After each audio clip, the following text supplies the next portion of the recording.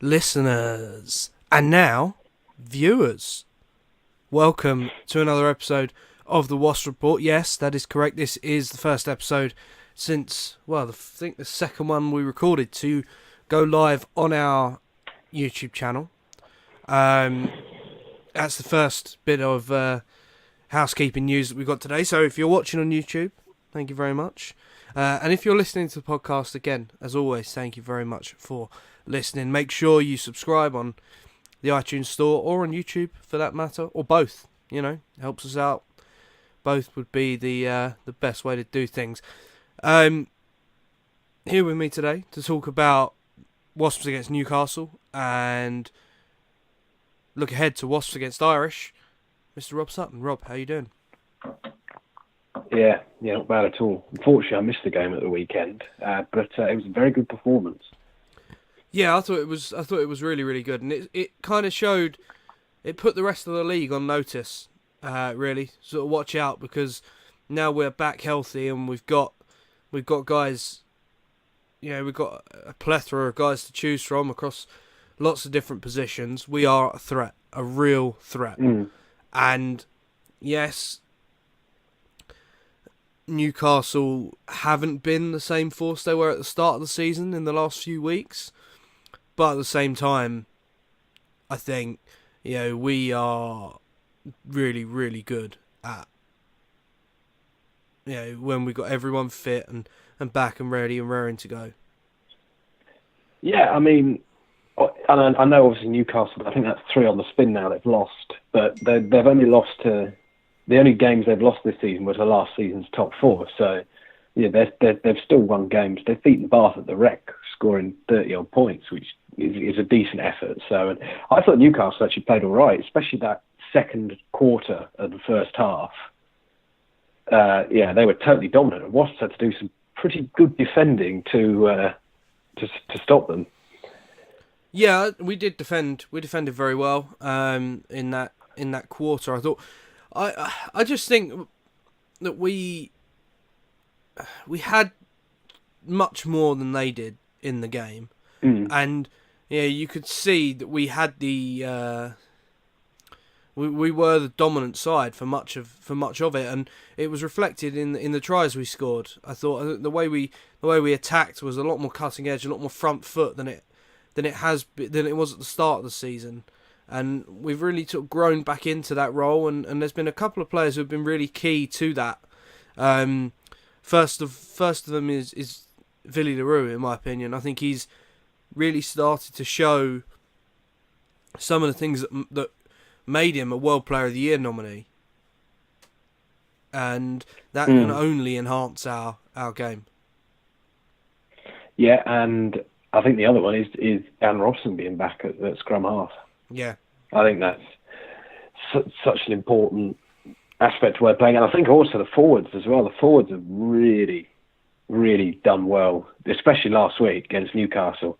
Yeah, a lot of quick balls given to the backs, and it was devastating, especially in that first 20 minutes when they scored 3 tries. Yeah. I agree. It's really, really good to see. I'm really pleased with the way they played, and yeah. So because that was a banana skin game. Oh, absolutely. Newcastle are full of talent. Yeah, they will knock. They've already, as I said, they've already beaten Bath. They're going very well in the Challenge Cup, and they came to the Rico and the Anglo Welsh and obviously scored 50 points. So, they're a good side, and so they've beaten 40 points to 10 was a bit of a statement, I think. So possibly even more of a statement than the Northampton win was.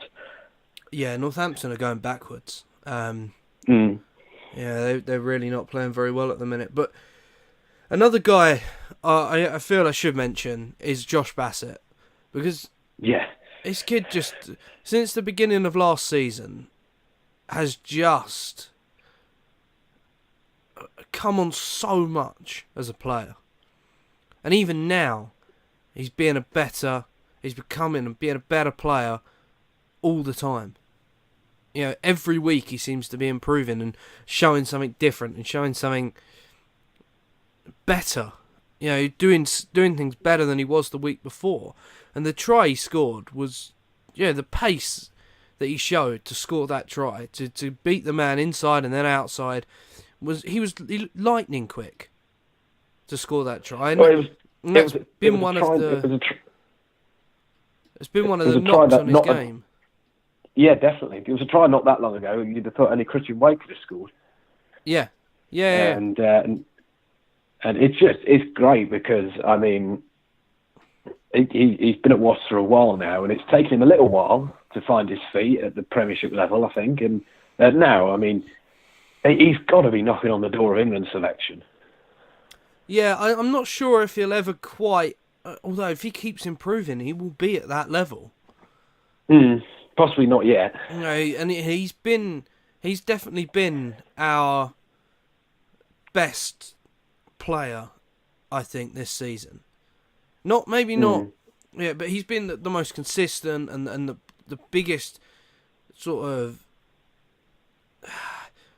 He's dug us out holes a couple of times early on in the season, and he's been, let's say, the most consistent and probably performed closest to his best out of anyone in the squad. I think, and it's just really good to see, I must admit. A word for Kyle Eastman, who made his return after a very, very long injury layoff and looked fabulous. He looked absolutely fabulous in that 12 jersey.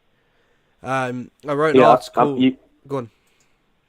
Yeah, you always worry after like a 9-month injury if they'll quite come back the same player, but I think those fears were gone. Yeah. I mean, I wrote an article on for the Wasps Report blog this week, www.thewaspreport.com. If you want to go and read it, it's on the front page there. Also, all the podcast episodes are available on the site as well. If you want to go back into the archive, the main premise of it is that our England contingent really have become undroppable, and we'll get onto them in a minute when we talk a little bit about England.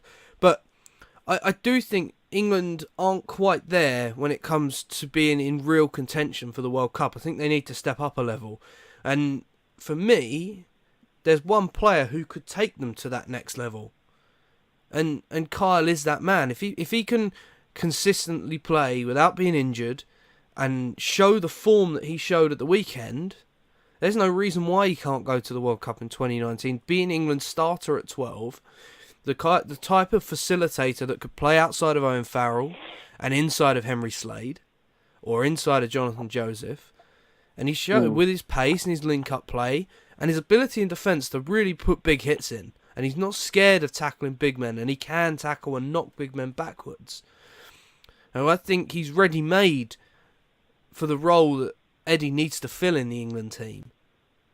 And that opening up England's attacking play in the backs is going to be key to winning the World Cup should they go into the tournament with the right momentum and the right players fit to facilitate them doing so. Has he played for England, Eastman? I believe he has. I believe he has once or twice, yeah. Yeah, because I'd agree. I think there's no reason why he can't force his way into Eddie's thinking. Whether he will is another matter. Because I just think Eddie Jones is going to play Ford and Farrell 10-12. I cannot see him not picking those two injuries. Providing they're both fit. So, but it'd be great. I'd love to see him go. Just because I think he's a great guy, and I've really enjoyed watching him play the sort of the brief bits we've had of him at Wasps. Yeah, I think he needs to put in a real big season for us. Staying fit, playing 12. And if he performs like he did at the weekend, he'll start at 12 for us. No, definitely. And then that gives Dyer the opportunity to rest Jimmy Gopperth for a little bit in the next couple of weeks, because Jimmy's played a lot of rugby to start the season, and Danny's coming back to fitness. And then you can give Danny a week off here and there, and you start to build a squad that will be well rested and capable of swapping in and out for each other in all the different positions. And it was always going to take a little while, because although we hadn't had the player turnover we had in previous seasons, we'd still brought in a fair few new names in the back line. Those guys had to become adjusted to the English game and the team on the pitch. And I think especially in the case of Wan de Jong, in his performances at outside centre, it's just taken him that couple of weeks to get into the pace of the English game and the way it's played, which is different from what he's been used to down in South Africa. And he did arrive later in the summer and all these things. So I think now that we're starting to gel a bit more, we've got all the backs, we're up to a full complement in the backs, we can start to really tear teams apart and start to get on that kind of run, similar to a run that Exeter were on last season. And it is totally achievable. Yeah, definitely. Especially with the fact that we don't have to go to either Exeter or Saracens in the second half of the season. Those games are done. So, but because it seems like Cipriani could be involved this weekend. Obviously, we're recording this on Thursday, so we don't know the team news yet. But it seems like he might have some involvement, potentially from the bench. So I'm wondering if he comes through the Irish game on the skate and gets a few minutes under his belt, whether Dime might look to rest Gopper for Leicester with the 2 games against La Rochelle in mind and play Danny and Carl together, or even Gabby maybe. Yeah, I think Gabby will possibly play this weekend. If Carl's fit, you play him this weekend because you need to get him game time, and he's played really, really well. But it's understandable if he's taken a head knock and Gabby's fit and he needs game time as well to bring him in. So, it's great because now Dyer's got the kind of selection queries and selection headaches that we expected at the start of the season, and it's the kind of selection headaches that are gonna push us up the table. It's the kind of selection headaches that squads like Saracens and Exeter have each week, because they've got players who are quality players, but not always. The names don't always jump off the page at you, but they come in and they play really, really well week in, week out. And a Jimmy Goppeth is one of those, and a Josh Bassett is one of those, and a Will Rowlands is definitely one of those. Everyone who listens regularly knows how big a fan I am of Will, but Simmons has been out injured, Miles been out injured, Gaskell's been out injured. Those three have sort of flicked in and out and off the bench and not really been involved as much as we'd like them to have been in the start of the season. And Will Rowlands has been given the opportunity to start multiple games back to back, and he has taken that mantle on and run with it. And now, if I was naming a team with everyone back fit, I'd probably name him next as a starter next to Joe Launchbury. Yeah, I think I would as well. He offers so much around the field, and I think he's going to be a great player for Wasps in years to come. Yeah. But and there's obviously the selection dilemmas all across the field, isn't there? Because you've got Cars come in, and obviously you've got Guy Thompson playing so well at 8 at the moment. Haskell not going away with England, and obviously after this week, Elliot Daly's back. I don't know if he'll be available for the Leicester game, but I don't know if they'll rest the England players for that game, and we'll get him back for the European Cup. But I wouldn't be at all surprised if they got him back for the Leicester game. Yeah, I mean, I think he might get rested because, as I say, Wan de Jong's playing so well. If Wan wasn't playing so well, then maybe you'd look at bringing Elliot back in. But while we've got that embarrassment of riches in a position. Yeah, he could well be on the bench, but even then, I'd just rest him for a week. Get him out to France, ready and raring to go, and because we can beat Leicester at home. Yeah. Even without Elliot, and that's how strong the squad is. It's not a knock on anyone's talent.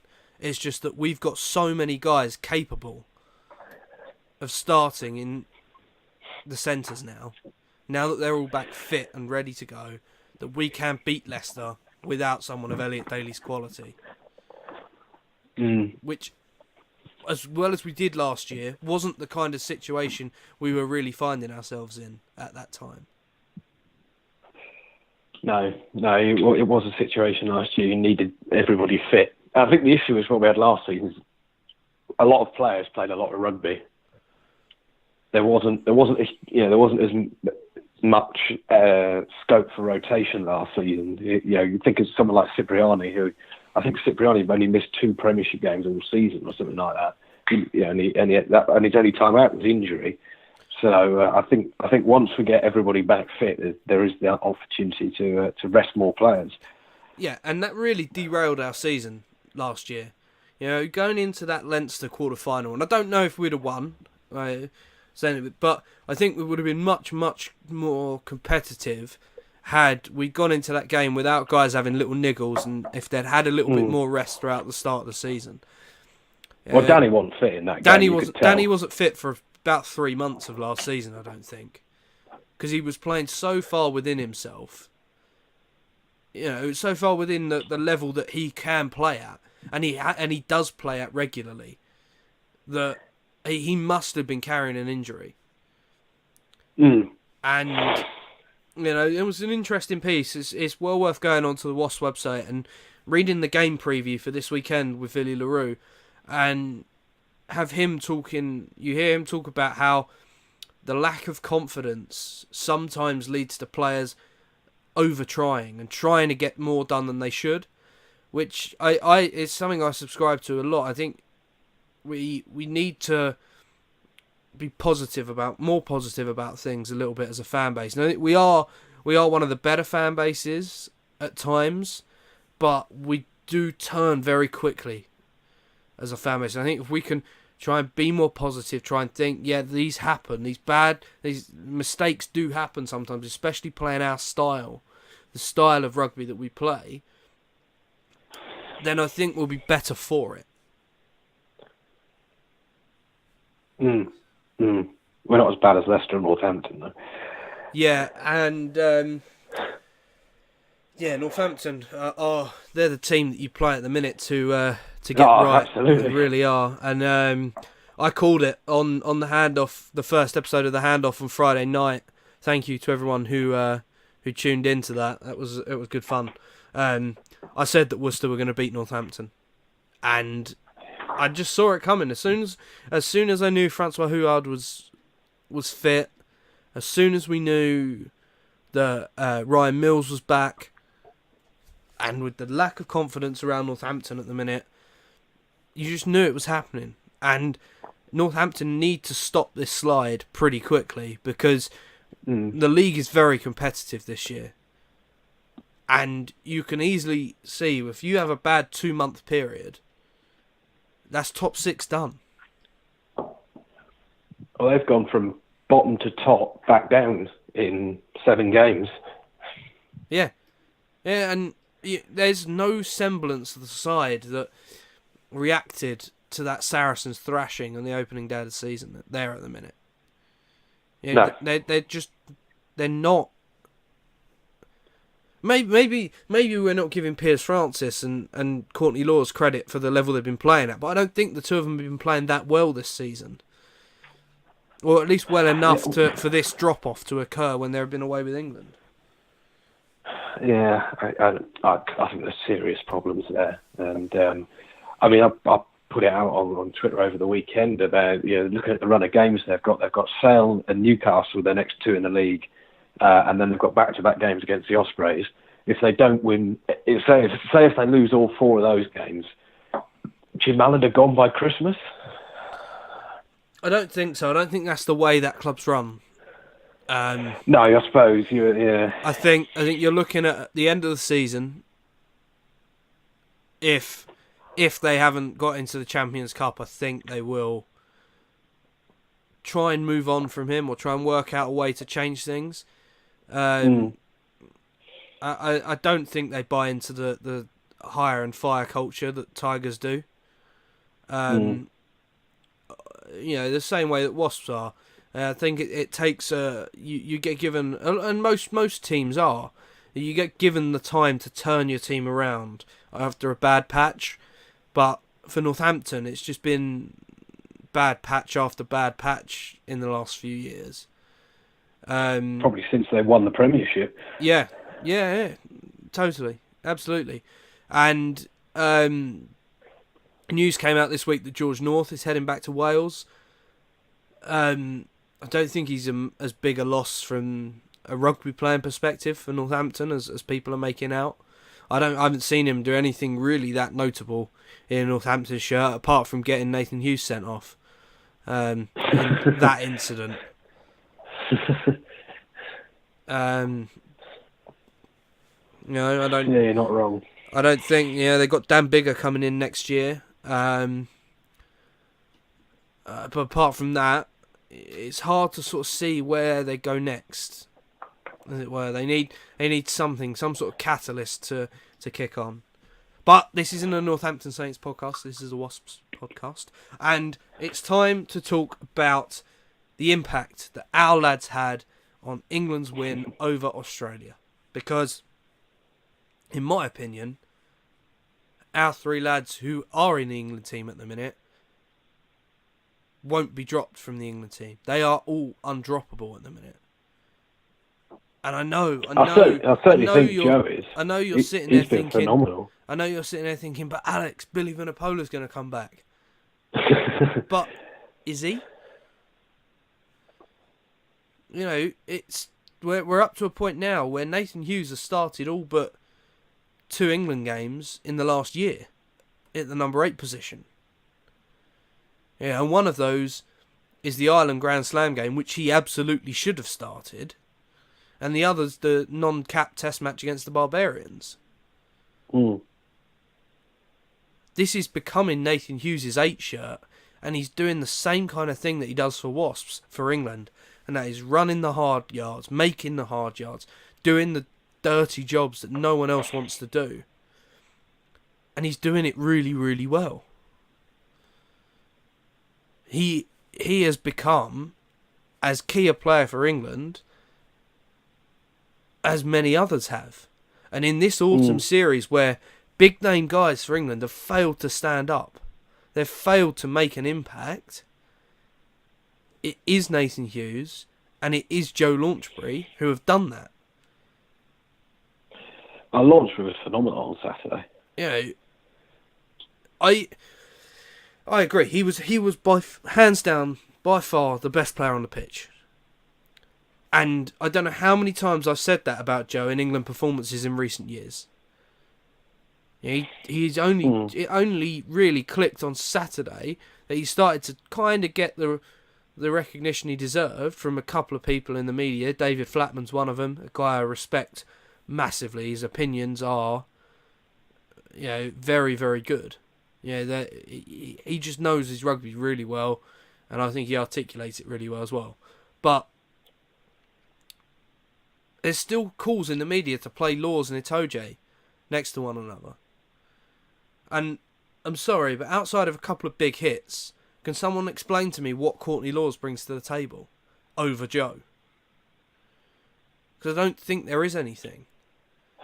I'd rather play Laws at 6 if you're going to play him. I hate this as well. Where's this coming from? He's not... When he puts in, he has maybe one good game out of 5. And that's not enough at international level. If you want to win a World Cup, you've got to have quality in that side. And someone like Sam Simmons, who is starting at 8 this weekend because Hughes is out injured, could be that kind of quality. Someone like Don Armand could be that kind of quality at 6. They are a quality 6 for England.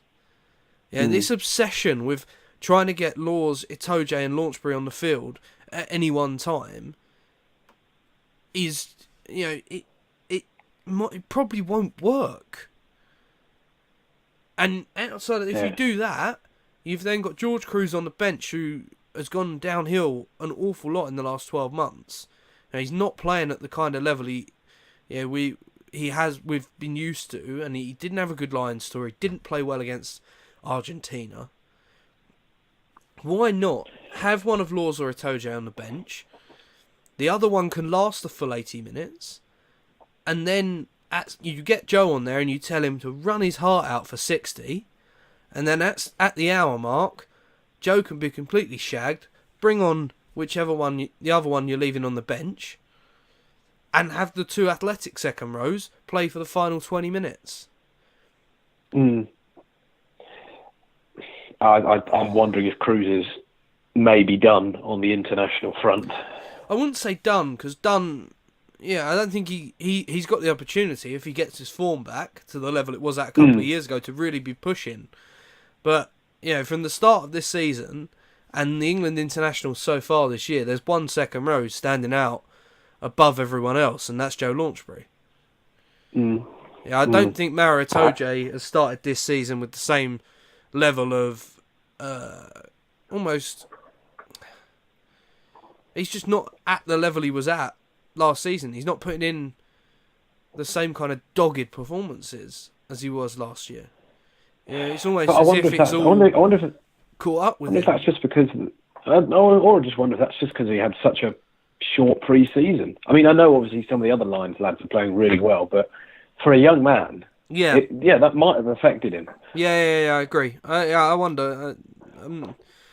I think the reason he didn't start this weekend, in my opinion, is Eddie saying to him, you need to start pushing yourself to that world-class level now. Consistently. Which means he'll probably come out and nail an enormous performance against Samoa, because he's that sort of player. Yeah, he's not playing. Yeah. He's playing for Saracens this weekend. Itoje? He's starting 6. Oh, starting at 6, sorry. Got a team in front of me and I'm just looking at the second row. Yes, it's Hughes, isn't it? With Hughes and Launchbury in there. Is it that young lad on the bench? Have I got the team in front of me at the moment? Yeah, is Ezekwe, yeah, the other Saracens player. Yeah, I quite like him. Yeah, he's a good player. He's a bit more in the Joe mould than the Itoje mould, I think. He's got a bit more bulk to him. He puts himself about on the pitch. He does a lot of hard graft work, I think. It'd be good to see how he goes. I think England are going to win easily. I thought they won easily against Australia, really. Yeah, it might not have looked like that because England butchered a lot of the play, and it could have been so much easier, because I thought Australia were really poor. Yeah, I thought they were as well. Yeah, and they're going to get beaten at Murrayfield on Saturday. Yeah, I think so. If they don't step up, they will, because Scotland were screwed out of a win over New Zealand. And it's nice to know that the awful refereeing that we get in the Premiership carries up to the international stage, because it was Matthew Carley, wasn't it? Yeah. How Kieran Reid got away with slapping the ball down like he did in the last 10 minutes. It's criminal. Absolutely criminal. I actually had a funny exchange with a Glasgow fan after the game, because I tweeted about Carley and how his decisions are rubbish, and I don't know how he's an international referee, which I don't. He's fucking awful. And the Glasgow fan was agreeing with me, and then gave me some sympathy for having to put up with it every week. And I just said, don't worry, I know you have to put up with the Irish referees. So it's just while we're on referees, I saw this. Your Wales play New Zealand this weekend, and they've booked Wayne Barnes to do it. Oh. I mean, someone at World Rugby's got a brilliant sense of humour. Yeah. Considering you couldn't have got a more unpopular referee with the two nations playing each other. Yeah. Well, he's still the best in the world. He's better than Nigel Owens. Definitely. Definitely. Anyway, that's about halfway. Just a couple of quick bits to mention. On Friday night, I kind of mentioned it a little bit earlier, I launched a new series called The Handoff. It's a YouTube show. I do it live. I'm going to do it live every Sunday, 5 p.m. So after the Sunday games finish in the Premiership, it's just going to be Premiership weekends to start off with. I've got to work out the logistics of a Champions Cup weekend, because obviously there is the later game on a Sunday. which is then would have to push the show back and things. News on Champions Cup weekends coming in the future. Come and join me. Follow the Wasps Report on Twitter. Follow me on Twitter, and we tweet the links out. I'm going to try and get Rob to jump on some weeks. I'm hoping to be on this week, hopefully, with a bit of luck. Yeah, and I'm not going to the game. Going to try and get some of the other Wasps contributors and other rugby contributors from who put their own stuff out there to come on as well. And when we chat about the weekend's games and review what's gone on in the weekend of rugby just happened. So it's not a Wasp-centric show. It's an all of rugby show. We will talk a little bit about Wasps, but I want to save the real insight and analysis on the Wasps game for this podcast. So nothing changing about this podcast, just a new show on our YouTube channel. And also, don't sleep on Monday nights, our Sting, 8 to 9 p.m. over on our friends at Wasps Rugby News on their Twitter account. It's great fun. I had some good fun this Monday answering some questions on there. So that is worth joining in. And then one final thing, look out for a special announcement coming soon. Me and the Wasps Rugby News guys, we're cooking something up, which is going to be a bit of one of their series of blog series that they do, combined with one of our things. We're going to mesh them together. Should be really fun, and I hope to get some of you involved as well. Right, on to the next bit of the podcast. We are looking at the week ahead now and introducing something a little bit new. Now, earlier today, Thursday, we tweeted out from the account, the podcast account, our picks for the Aviva Premiership this weekend. And what this is going to be going forward is a weekly competition where me and Rob go against one another. We pick the 6 Premiership games, and then at the end of the season, we'll keep the tally of who does what. And at the end of the season, the winner gets bragging rights. There might be a prize later on, but for the time being, it's just bragging rights. I'd literally came up with this idea this morning, so that's why it seems a little bit rushed. But let's look at our predictions. Right then, start off with the Friday night game, Newcastle and Gloucester. We've both gone for a Newcastle win. Rob, what are your thoughts on this one? Obviously, Gloucester coming off a good win last Friday at home against Saracens. Yeah, this could be a surprisingly decent game for it. I remember when this got picked as a televised game, you're thinking, really? But no, I think this could be a decent game, actually. Gloucester playing really well at the moment. That's 3 wins in a row for them in the Premiership. One at Bath before the Anglo-Welsh break, and now obviously they've beaten Saracens, so they're going well. But I just think Newcastle at home, having lost a couple, they'll be keen to sort of get back on their form from the first few games of the season, and I think they'll probably just have too much. Yeah, I agree. I think Newcastle at home are a completely different proposition to Newcastle away from home. That crowd up there is really, really important to them. And I think Gloucester are the same. They play very, very well at home in front of the King's home crowd, who are electric at times. But when they go away from home, they miss that boost a little bit that the crowd gives them. And I think that Newcastle are just going to have enough, just too much almost here for...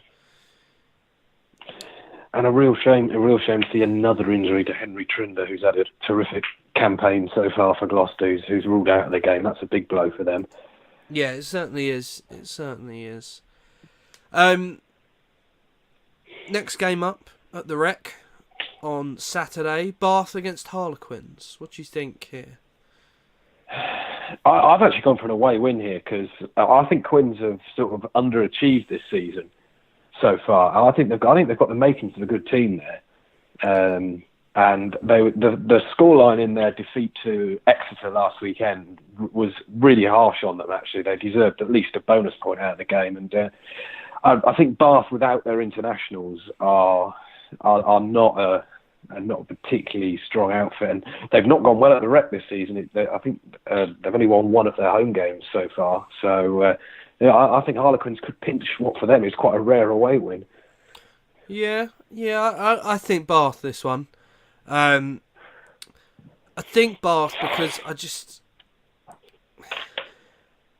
for me it's one thing, and there's rumours coming out this week that they're not going to renew Matt Banahan's contract at the end of the year. And that's the kind of decision that can really fire up a playing squad. Someone of Banahan's status, who is a leader in that dressing room, a well-respected figure who's been at Bath his whole career, can really almost have a galvanising effect to show the people in charge, no, you need me. You need me here. He scored a try last weekend and played pretty well. And I think that they're going to have enough this week. And I am rather confident in this game.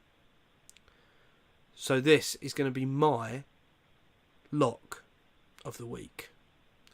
So the concept here, I am so confident that Bath are going to beat Quins that I have picked this game. That is how confident I am. They are definitely going to beat Quins, in my opinion. This game scores double points in the weekly standings. The rules with locks are we can't pick Wasps. And if the game's a blowout, expected to be close, like Saracens playing against London Irish, I will abuse you for picking it as a lock. Just put it out there. Okay, yeah, so that's why. Yeah. If Bath win, double points for me. Moving on. Next up, Worcester against Leicester. This is another one we are unanimous on. We both think Leicester at home will be too much for Worcester. This is one I flipped on almost. I almost went with Worcester to win this game. As crazy as that sounds. I'm not sure, because if you take Genge, Cole, Youngs, Ford and Tamua out of that team, and May out of that team, who Tigers have currently got unavailable, that is the spine of their team and all their best players. And Sale should have won that game. Sale had enough chances to win the game at Welford Road last Sunday. How they only scored 4 tries. And Steve Diamond, it must have been absolutely furious they only got a point out of that game. So I think Worcester do have a chance. I think it will be closer than maybe it would have been if they'd met earlier in the season. But I can't see Leicester losing at home, not to Worcester. No, I think Leicester have enough to dog this out and win a close one. But I wouldn't be at all surprised if Worcester win. They looked so much better going forward last weekend. With Hughes in the team and Mills at 10. Heem and Adams had excellent games on the wing. So I think they could have enough, but I just don't think Leicester get beat at home. They just don't get beat at home. Oh, they did 4 times last season in all competitions, but not against Worcester. They don't get beaten at home by Worcester. No. And I think Matt O'Connor is building something there. I think it might not come this season, but they're certainly building something there. And, good, because there's one team who knows how to beat Matt O'Connor in a final. Yeah, exactly. Hey. sick of the sight of us. Oh, he must definitely be. Love it. Especially to beat him in the semi-final as well. Yeah. Bottle job Matt O'Connor, we'll have to call him. Moving on, before I get half of Leicester on my back and you get half of Leicester knocking on your flat door. Sale and Northampton at the AJ Bell. This is the what? I'm going to lock this one with a Sale win. Yeah, I think Sale are going to win as well. Go on, give your reasons. If you're locking this one up, give you a reason. Northampton are playing awfully at the moment. Sale at the AJ Bell lost their last home game. Beat Saracens in the Anglo Welsh, but they lost their last Premiership game at the AJ Bell. They don't lose many up there. and they've already lost 2 this season, so I think they'll be bang up for it. The only thing that's giving me a slight doubt is the fact that there's no Steve Diamond this week. It's his first game of the stadium ban. So I don't know how that will affect Sale, but Northampton are just all over the shop at the moment, and I can't see them going there and getting anything, to be honest. Yeah, I can't. I think Sale win, and they put in a better performance because Diamond's not there. Possibly. Quite possibly. I think the Steve Diamond ban is a disgrace. He should be banned for months of this season. For that, because it's not a first-time offence. He already had weeks suspended, and then they give him half this sentence suspended as well. Steve Diamond must have dirt on someone on the committee, Premiership Rugby, because there's no way in their right minds, if a player gets cited, and then 2 years later gets cited for the same thing, they go in at max level ban for them. They don't go in at entry level, and they don't reduce the ban. So why is Steve Diamond being treated differently for that? That's what I want to know. All very bizarre, that. But yeah. Hey, he was abusing Craig. He was abusing Craig Waxwell-Keys, so I wouldn't have banned him at all had I been in the RFU. But there we go. I know, but I'd have almost encouraged it. I feel a bit bad for Craig Maxwell-Keys, and hear me out, because I watched the game, and he had one of his better games as a referee, which isn't saying much, granted, but I felt a little bit bad, you know. He's not been a great referee, and he has a really good game. He still gets and he gets absolutely ruined for it by Steve Diamond. Couldn't have happened to a nicer bloke. I'm getting a little twitchy though, because we've not seen him yet this season, and it's Leicester next week. Oh, yay! You know what's happening there? Yeah. Well, we've had our referee on his second start last week, and we've got a referee on his first start this week. So yeah, could well happen. We're going to do the Saracens and Exeter game first. We've gone with different sides on this one. So I have picked Saracens to win this game at home, and Exeter. Rob, you gone with Exeter. I think Saracens. Yeah, tough game to call this one.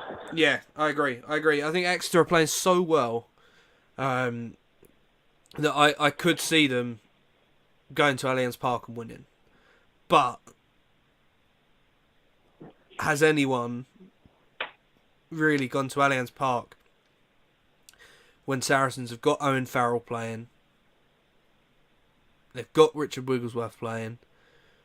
They're in better form than they're playing better rugby than they have done in years past.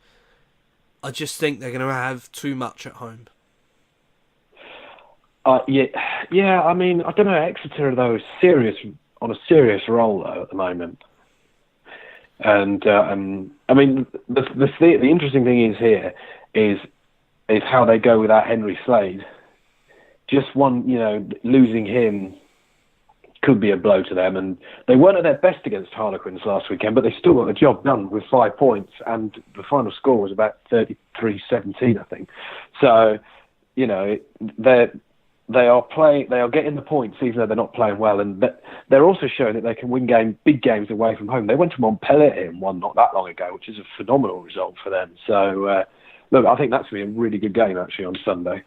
Yeah, I agree. I think that'll be well worth a watch, and I think it's one I will be talking an awful lot about in this week's episode of the Handoff. On to the biggest game of the weekend. Of course, it's the biggest game of the weekend because Wasps are involved. Wasps against London Irish at the Mad Stad. Nickname earned because of how mad it was in the semi-final a couple of years ago. When I think we outnumbered Saracens fans 4-1.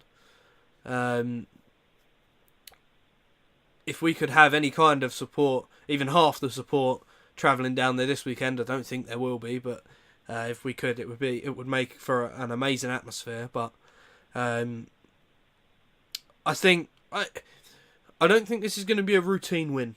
I think Bath showed that this weekend when they went down there, and Irish really made it tough for them to win. I do think our attack is more potent than Bath's. I do think we'll get a try bonus point win, but I don't think it won't be a massive blowout game. I think we will be made to work for it for 60 minutes. I think they need the win as well. They really need a win, Irish. I'm starting to fear for them. If Francois Hugard plays 10, 11 games, I think Worcester will stay out. Yeah, I agree. So this is I think Irish will have targeted at least, to try and win one of these 2 home games they've had against Bath and Wasps. I think Wasps will have too much, but they've got a few decent players there at Irish. So I don't think it'll be easy, but hopefully Wasps will sort of grind them out, and it might be a scrappy 5-pointer.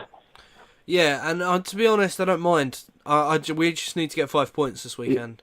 Yeah, it would be nice. You're not too bothered. It would be nice to play like we did this last game against Newcastle. It'd be nice to play with that flair, with that potency and attack, with that rhythm and tempo. But it's not the end of the world if we don't, in my opinion. It would be really nice to see Danny come back, I think. Even if it's just off the bench for 20 minutes to make sure he's ready next week. And we play so much better with him in the team. We really do. And I think. I think you tweeted this, but it's quite an effort to just get him in, to be potentially involved this weekend by all concerned, because it was looking like he wasn't going to play again until the new year at one stage, and so to get him back by the end of November is a phenomenal effort by all involved. Yeah, from what I've heard about Danny, and I've had a conversation with him before, but not really had the chance. I'd love one day to have an in-depth sit down and interview with him if possible. But he seems to be the kind of guy that's very, very committed to being the best he can possibly be, and it doesn't surprise me at all that he's really taken on the rehab for this injury and got back quicker than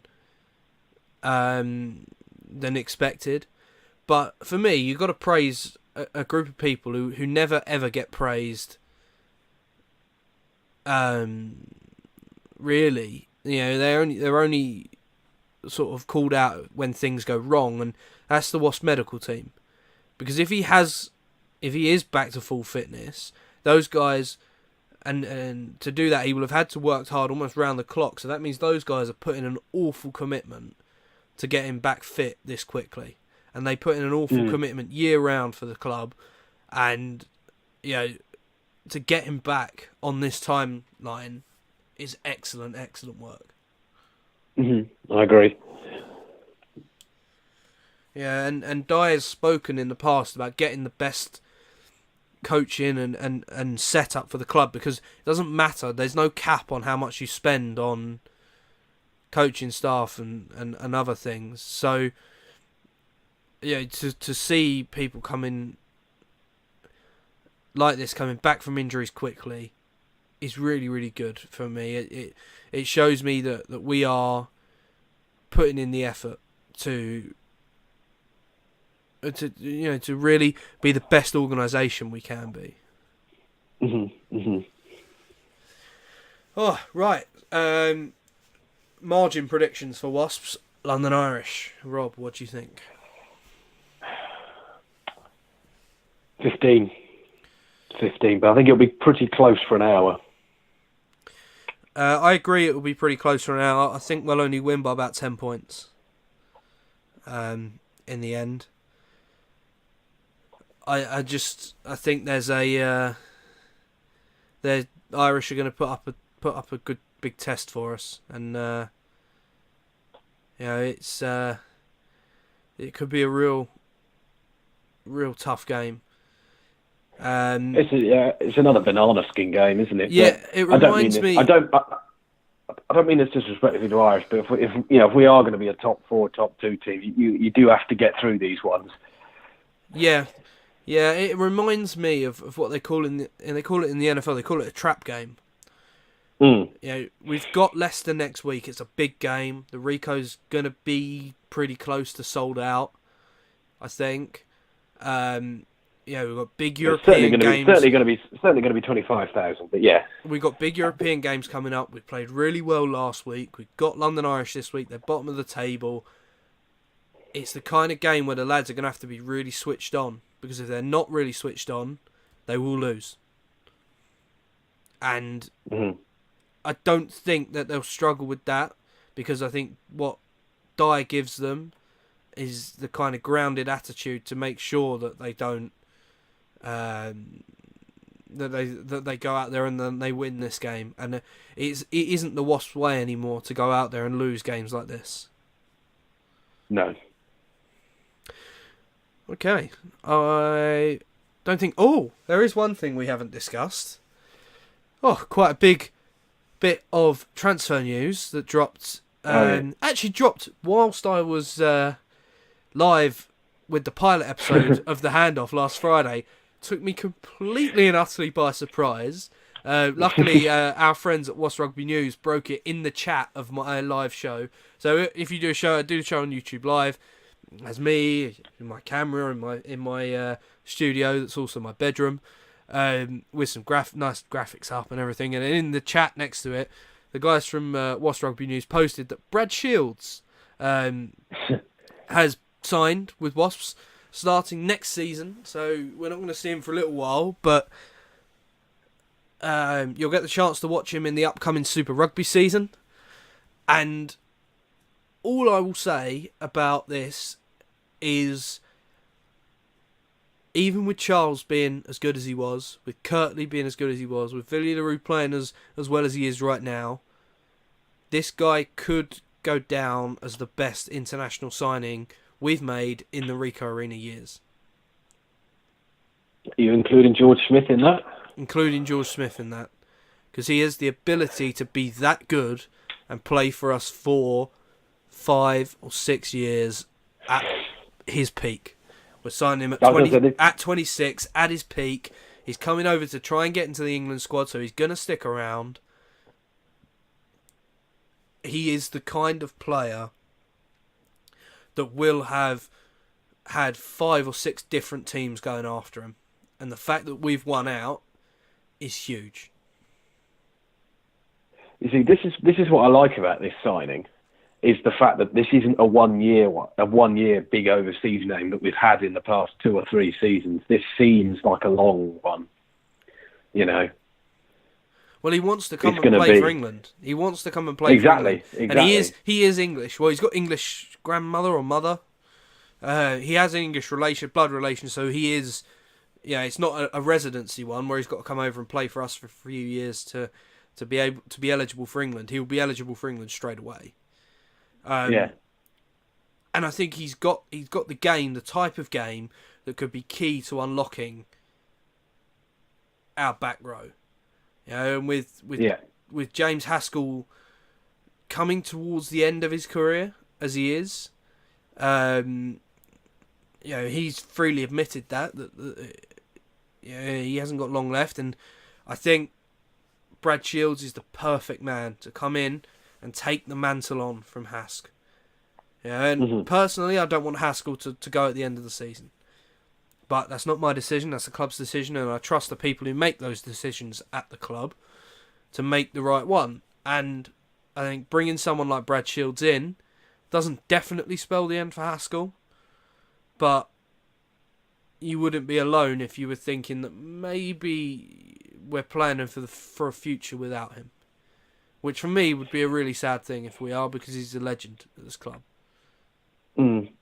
Yeah, I think I've thrown it out a couple of times on Twitter that there's two scenarios I think we've come up with. Is if Wasps win something this season and he retires at the end of this season, or he goes when he's not picked for the next World Cup squad. Yeah, I agree. Because I wouldn't be surprised if he fancies just having a dart at next season, just in case, he has a brilliant season and he does end up and he can finish at a World Cup. But I will be pretty surprised if he goes to the World Cup. But let's not rule anything out. The way he is, the attitude he's got, the character he is, there's no way we should rule him out of making the World Cup 2019 yet. The kind of determined, driven person he is, he could easily make that squad. Especially he'll be wanting to put rights and wrongs from 4 years ago. So yes, absolutely. Well, I think that is just about it. As I said, if you could subscribe to us on iTunes, I would be eternally grateful, and on our YouTube channel also. That would be a massive boost for the two of us.